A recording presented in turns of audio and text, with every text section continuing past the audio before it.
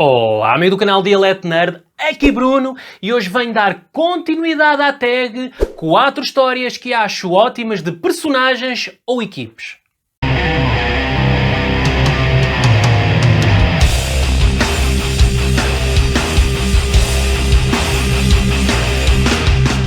Ora, quero começar mandando um forte abraço para o meu amigo JJ do canal Só o que sei HQ. Foi ele que me convocou para dar continuidade a esta tag. E como tal vou trazer aqui então as minhas 4 histórias, as minhas 4 recomendações. Eu vou trazer algo que ainda não trouxe ao canal, para não me estar a repetir, não é? Não vou trazer aqui as 4 mais, mas vou trazer 4 recomendações que eu não trouxe até então. Tive esse cuidado de não ter já trazido as mesmas coisas e estar a repetir a mesma coisa, as mesmas histórias, ou como tal vou trazer 4 novidades, por assim dizer. Não são novidades porque muitas delas já são histórias até antigas, mas que eu ainda não trouxe aqui no canal. Vou começar então com V de Vingança, exatamente, lá está, não é recente, de Alan Moore e David Lloyd. Esta edição é uma edição da Levoar, é uma edição portuguesa de Portugal, uma edição fantástica, está muito boa, formato americano, capa dura, mas pronto, o que eu venho aqui falar mais está relacionado com a história em si. Eu gostei imenso e aconselho imenso esta história. É Alan Moore, primeiro que tudo, é David Lloyd, o traço é muito, muito interessante, eu mostro aqui algumas páginas.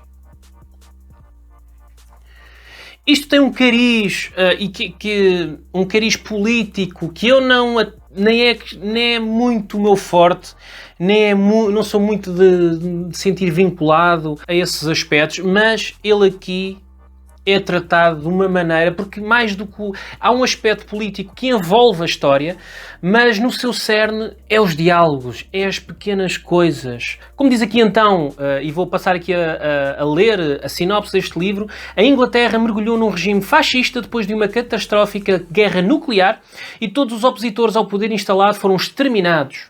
Neste universo ao mesmo tempo distópico e familiar, vê um revolucionário anarquista vai encetar uma campanha revolucionária complexa e dramática para deitar abaixo o governo, enquanto inspira uma jovem Evie Hammond que se tornará na sua protegida. Ou seja, como eu disse, eu não sou muito fã de histórias que envolvam muita política, ou que tenham muito esse cariz, mas apesar de todo este invólucro político, no fundo o que é fascinante aqui é exatamente a relação do V com esta personagem, com esta jovem Evie Hammond. E é no dia-a-dia deles e na maneira como ele tenta fazer ver o mundo à sua volta, e a interação, e a própria loucura, porque este personagem é um personagem louco, ele tem um diálogo brilhante, tem uma interação, uma loucura este personagem que eu acho fenomenal.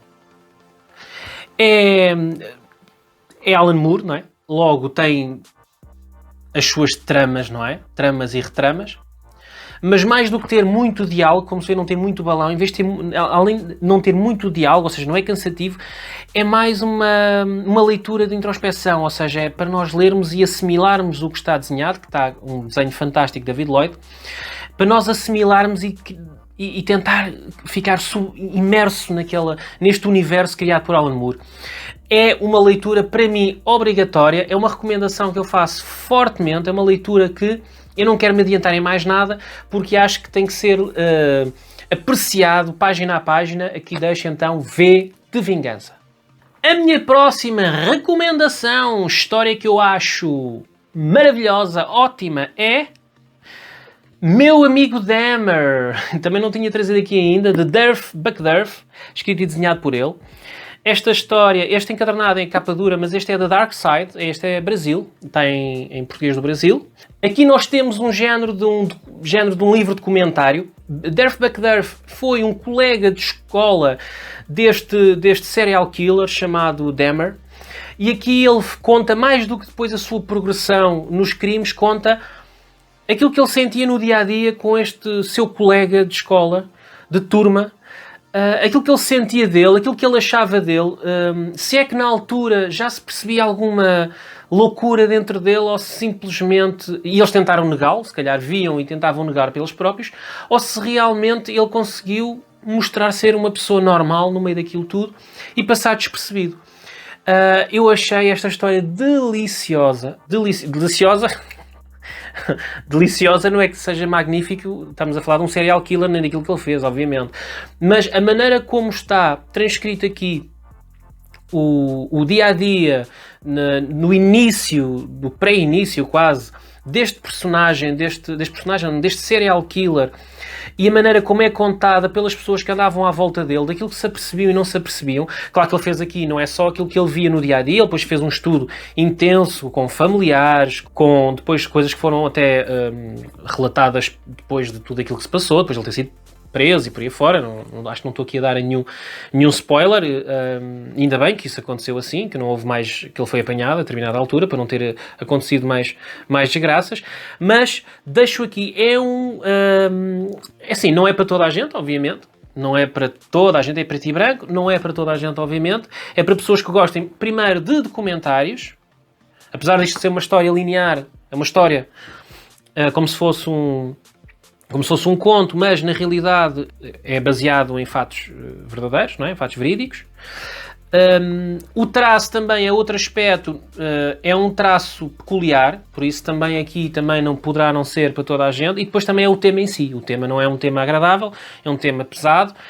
E eu acho que isso também é o caráter que lhe faz também sobressair um pouco, porque se calhar se isto fosse uma história que nós não soubéssemos... Eu acho que uma história, é como nos filmes, quando nós vemos assim a aparecer, baseado numa história verídica, eu acho que a nossa atenção é logo redobrada, e a nossa apreciação também. Eu acho que é meio caminho para a coisa correr bem. E aqui correu muito bem no meu caso, gostei imenso, é um conselho, é uma recomendação, é um must-have, para mim. Mas acredito que não seja para toda a gente, nem para todos os gostos. A minha terceira recomendação é uma bem polémica, porque é uma daquelas histórias que metade ama, metade odeia. Se calhar nem é metade, mas pronto, já estou a ser simpático com uma das partes, que é crise de identidade. Exatamente, crise de identidade. Esta também, mais uma vez, uma versão da Panini Brasil, ou seja, está em PTBR. É uma história que eu já tenho tanto para trazer aqui, esta e as outras também, mas esta tenho como já tenho há muito tempo, tenho tanto para trazê-la aqui, mas por alguma razão não a trago. Olha, aproveitei agora. Eu acho esta história fabulosa. Eu sei que a metade que odeia esta história queixa-se principalmente porque os personagens estão fora de... têm atitudes que não são normalmente as atitudes que eles costumam tomar, mas para mim, que não estou imerso na cronologia da DC e destes personagens, porque isto baseia-se basicamente nos personagens que andam à volta dos medalhões, ou seja, isto não é uma história do Batman, nem do Super-Homem, nem da Mulher Maravilha. Eles têm alguma participação, mas não são eles os protagonistas, são outros personagens que andam à volta. Neste caso, anda muito à volta do personagem Elongated Man, que eu não sei como é que eles dizem aqui. Eles chamam o Homem Elástico também. É aqui este personagem. É muito baseado neste personagem. Basicamente isto começa com eles a fazer uma vigília, ele a falar maravilhas da relação que tem, como é feliz com a namorada e como é que ela, no meio de tantos super-heróis em quem ele convive, ela decidiu se apaixonar por ele e não por outros que seriam mais fáceis de apaixonar. Um super-homem, que é aquele ser acima de todos os outros, aquele deus e por aí fora, e outros personagens. Porque ele... e então ele está ali a fazer um género de uma carta de amor e, quando chega à casa, tem a terrível surpresa de encontrar a sua mulher assassinada. Pronto, e a partir daí desenrola-se a história e eu achei maravilhoso, maravilhoso, maravilhoso. Como eu não tinha essa bagagem de saber como é que estes personagens mais secundários se comportavam, a mim não me fez confusão nenhuma. Nada me fez confusão aqui. Há aqui uma situação numa luta entre o Deathstroke, o Exterminador, que é um vilão dos Teen Titans, não é? Tem aqui uma luta com uma catrefada de super-heróis em que ele vence-os, dá-lhes ali uma luta, assim, dá-lhes assim uma luta, dá-lhes demasiada luta, acho eu, acaba por vencê-los e não sei o quê. Pode ter sido um bocado exagerado, mas no fundo quer mostrar que o personagem é um personagem cheio de recursos, que ele vai para as batalhas já com tudo perspectivado, um bocadinho na linha também do Batman, talvez seja um Batman, neste caso, vilão. Talvez aí tenha um bocadinho de exagero, mas como o foco da história para mim não é esse, eu gostei do início ao fim, achei maravilhoso. Tem aqui, é pesadíssimo. Engraçado estar a falar isto depois de ter falado de uma banda desenhada que tem um serial killer, baseado num serial killer, mas isto tem aqui cenas pesadíssimas, algumas delas também criaram também muito hate por aí fora, também é por essas situações também que ela tem muita gente que a odeia, mas fascinado, adorei, mais uma vez, a quem é que eu aconselho? A pessoas que, como eu, não se finquem demasiado com a bagagem do que está para trás da cronologia dos heróis, não se agarrar demasiadamente à parte da personalidade deles, se eles estão mais ou menos dentro do personagem. Essas pessoas vão gostar mais, como eu também gostei. Pessoas que estejam muito inerentes no mundo DC, se calhar não vai gostar tanto. E também, lá está, como é muito intenso e tem aqui cenas muito violentas, de vários tipos de violência, não só violência física, também física, mas depois ao ler percebem, essas pessoas também vão ficar desagradadas, mas se conseguirem ultrapassar isso tudo e nada isso vos fizer, vocês vão ter aqui uma leitura maravilhosa. Brad Meltzer fez aqui para mim uma obra-prima, com desenho de Rex Morales e Michael Bear. Para mim é mais uma grande recomendação, uma história que eu adorei. E para terminar, trago aqui mais uma edição, isto não foi propositado, mais uma edição, neste caso, também pesado, curiosamente, também pesado, se calhar não é coincidência de eu gostar de temas assim mais pesados, mas, e mais uma vez, é coincidência de ser uma edição da Pipoca e Nanquim, ou seja, PTBR também, ou seja, tem em português do Brasil, que é o relatório de Brodeck. Não é surpresa para ninguém esta história, não é? Toda a gente que leu também ficou maravilhada. Mas tenho a dizer que é mais uma daquelas histórias que eu já tenho estado para trazer aqui 500 milhões de vezes. Fazer um vídeo sobre ele e por uma razão ou outra nunca se proporcionou. Também porque isto é daquelas histórias que foi tão badalada e tão falada que eu não sei se teria nada muito mais para acrescentar. Mas pronto, isso também é verdade para outras coisas que eu trago aqui. Eu acho que cada pessoa traz o seu selo específico, traz a sua maneira de ver as coisas. Mas pronto, surgiu a oportunidade, aqui está, o relatório de Brodeck. É uma adaptação de um romance de Philippe Claudel, neste caso foi o Manu Lacenet que trouxe, escreveu e desenhou. O traço é, eu vou tirar aqui esta guarda, o traço é qualquer coisa, ele é widescreen, é assim. É widescreen. Ele vem com a guarda, vem assim, com aquela guarda ou luva, como se chama, e depois é assim que ele é apresentado, é widescreen. O traço é só vendo. É isto assim. É um traço, é uma coisa magnífica.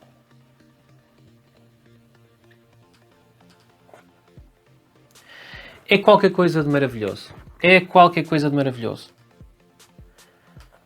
É preto e branco, mas é uma maravilha. É uma história pesada, porque no fundo é uma história relacionada com um vilarejo e fala um bocadinho sobre como as pessoas muitas das vezes enfrentam aquilo que é diferente, aquilo que é o desconhecido e como isso gera normalmente o medo, e o medo normalmente gera sempre uma reação agressiva.